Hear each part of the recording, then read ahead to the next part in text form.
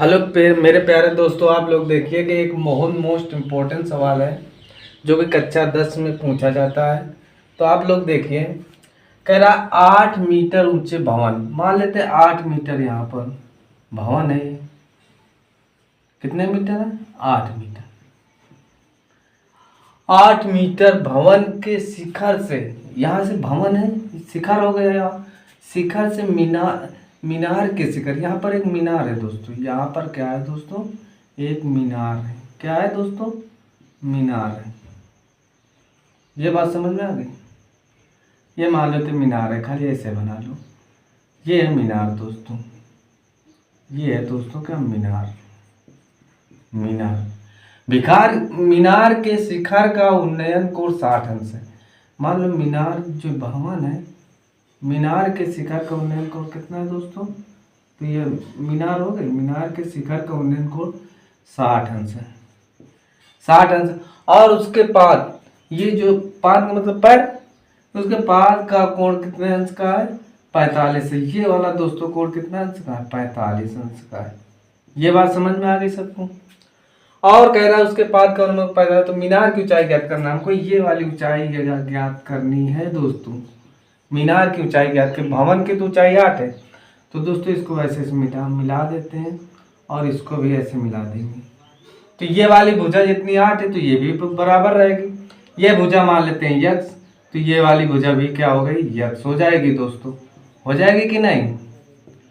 सबको पता है दोस्तों। देखो, इसको मान लो ए, इसको बी, इसको सी, इसको मान लेते हैं ए डी ई। ये बात समझ? त्रिभुज ए बी सी में, ए बी सी में, ए बी सी में ये वाली tan थीटा, tan थीटा मतलब tan 60। tan की वैल्यू के लिए, क्योंकि लंब बटे आधार होता है, बस दो ही से काम चल जाती है, इसीलिए tan की वैल्यू रखी जाती है। क्योंकि ये लंब हो गए, हमको ऊंचाई तो निकालना है, बेस निकालने है, तो इसलिए tan की वैल्यू लिखी जाती है। ऊंचाई कितनी? यच, यच बटे यक्स। देखो ये यक्स है, ये भी यक्स मारा था, ये भी यक्स हो गए। अब देखो tan 60 का मान क्या होता है? √3 बराबर यच बटे यक्स। या यक्स बराबर क्या लिखोगे दोस्तों? यच बटे √3। क्यों? क्योंकि ये इधर जाएगा तो भाग में जाएगा, इधर हमने कर दिया। अब ये समीकरण 1 मान लो। बात समझ में आ गई सबको? अब त्रिभुज ले लो ए डी ई में या ए बी ई में, ए बी ई में देखो tan 45, tan 45 बराबर क्या होगा? tan 45 बराबर क्या लिखोगे दोस्तों? ये वाली भुजा लिख लो, डी ई ए डी बटे डी ई। ठीक। अब tan 45 का मान होता है 1, ए डी का मान कितना है? ए डी का मान कितना है दोस्तों? 8। डी ई का मान कितना है? यक्स। तो यक्स की वैल्यू कितनी आ जाएगी दोस्तों? 8 आ जाएगी। समीकरण 2।